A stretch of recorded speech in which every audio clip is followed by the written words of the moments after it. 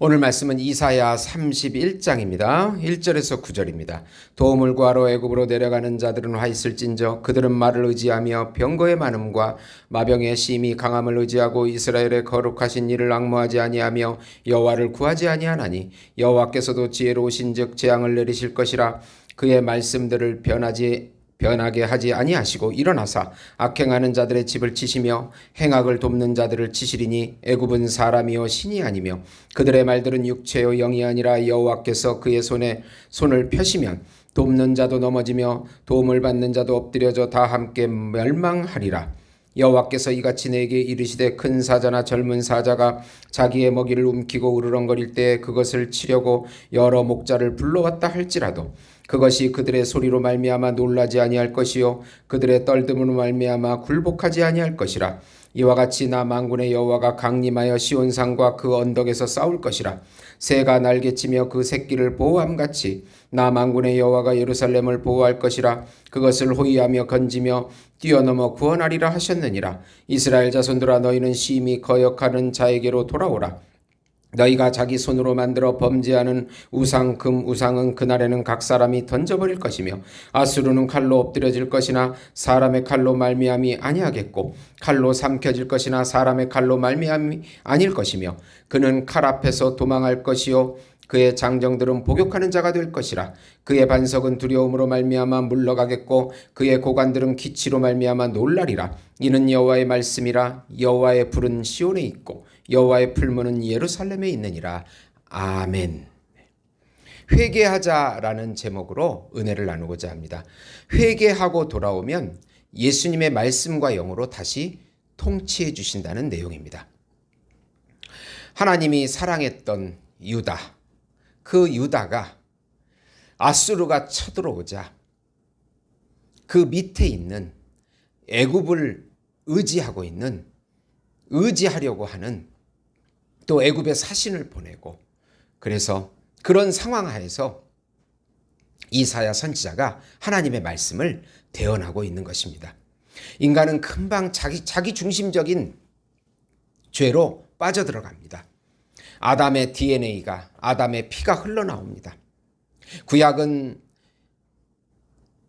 제사장, 왕, 선지자 이렇게 쓰임받는 하나님께서 택하신 쓰임받는 사람에게 일시적으로 영이 주어졌습니다. 영이 충만할 때는 아무 문제가 없습니다. 하나님의 영이 우리의 영혼을 통치하시기 때문입니다. 그러나 잠시 방심할 때 영이 금방 소멸해버리고 자기중심적인 아담의 DNA가 나오는 것입니다.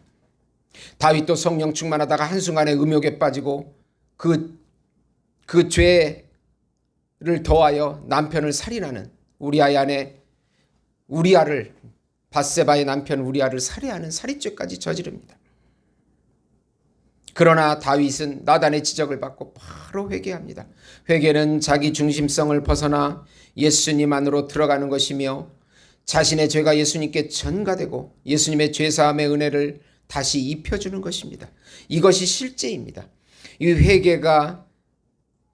회개와 제사함의 은혜를 체험하지 못하면 인간은 그 죄로 인한 죄책감과 그로 고통과 질병 또 자기 노력으로 해보려고 하다가 안 되는 절망감, 슬픔, 고통만 가중돼서 죄를 심어서 결국은 고통을 얻는 자기 삶이 무너지게 되는 결과를 얻게 되는 것입니다.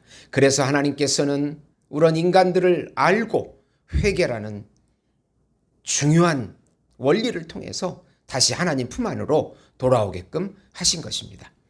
이사야는 하나님의 자녀들의 원수에게는 사자와 같으시고 자녀들에게는 새와 같이 보호하시는 하나님만을 신뢰하라고 합니다. 오늘 말씀은 유다에 대한 경고의 마지막 말씀입니다.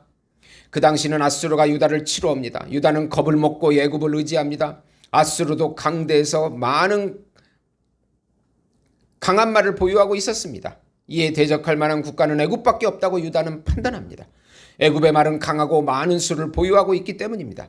그러나 애굽을 의지하는 얄팍한 지혜보다는 하나님을 의지하는 참지혜를 소유하라고 2절에 말씀하고 있습니다. 애굽은 사람이요 신이 아니라고 3절에 경고하십니다. 그들의 말은 육체요 하나님과 같은 영이 아니라고 합니다. 하나님의 능력의 말씀은 돕는 자와 도움을 구하는 자 모두를 멸망시킬 수 있습니다. 하나님께서는 원수 같은 아수르에게 사자와 같으십니다. 사자가 있는데 누가 침범할 수 있겠습니까? 자기 먹이를 움키고 있는 사자에게 많은 목자들이 와도 전혀 요동하지 않습니다. 그렇게 하나님은 사자와 같다는 것입니다. 자기 백성을 돌보고 웅크리고 누가 와서도 그것을 빼앗아갈 수가 없습니다. 누구도 대적할 수 없습니다. 그리고 하나님은 새끼를 품은 어미새와 같다고 5절에 말씀합니다. 그렇게 하나님께서 예루살렘을 보호하시고 건지십니다. 구원하십니다. 우리가 어떤 환경에 처해도 오직 신뢰할 분은 우리의 아버지 하나님이십니다. 회개는 내가 의지하는 모든 것을 포기하고 다시 예수님을 의지하는 것입니다. 예수님 말씀을 믿는 것입니다. 그 말씀이 실제가 되어 나타나도록 하는 것입니다. 두 번째로 다시 돌아와 회개하는 자에게는 불과 풀무가 되어주시는 하나님만을 신뢰하라고 이사야는 말하고 있습니다. 이사야 선지자는 거역하는 이스라엘 백성에게 다시 돌아오라고 6절에 말씀합니다. 부모 품을 떠난 자식을 애타게 기다리는 심정으로 말합니다. 하나님의 구원의 날에 자기 손으로 만든 금우상과 은우상을 던져버리게 됩니다. 아수르는 칼에 엎드려지는 심판의 날이 됩니다. 그들의 장정은 복역하게 됩니다. 그들은 두려움으로 물러가게 됩니다. 그들의 고관들은 기치로 놀라게 됩니다. 한순간에 몰락하게 됩니다. 그러나 여호와의 불은 시온을 감싸고 있습니다. 여기 불은 말씀을 상징합니다.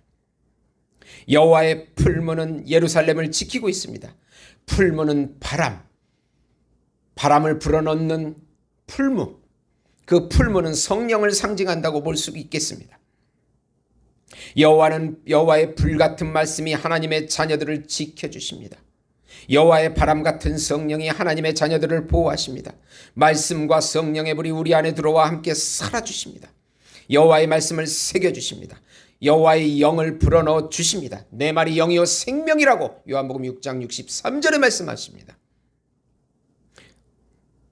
오실 메시아 예수님을 통하여 하나님의 나라가 이루어집니다. 예수님께서 왕으로 통치하시면서 백성들의 모든 것이 되어주십니다. 인도하시고 보호하시고 동행해 주시고 함께 살아주십니다. 자신의 거짓 자아를 이제 부인하고 자신의 생각과 감정과 의지를 꺾어버리고 예수님의 세자 말씀과 영의 통치를 받는 새로운 피조물의 삶을 살게 되는 것입니다. 회개는 우상을 버리고 예수님의 말씀과 영으로 다시 통치받는 것입니다. 세례 요한은 회개하라 천국이 가까이 왔느니라. 예수님이 가까이 왔다. 하나님 나라의 왕이 우리 안에 통치하시니 마음을 돌이켜 예수님의 통치를 받으라고 하는 것입니다.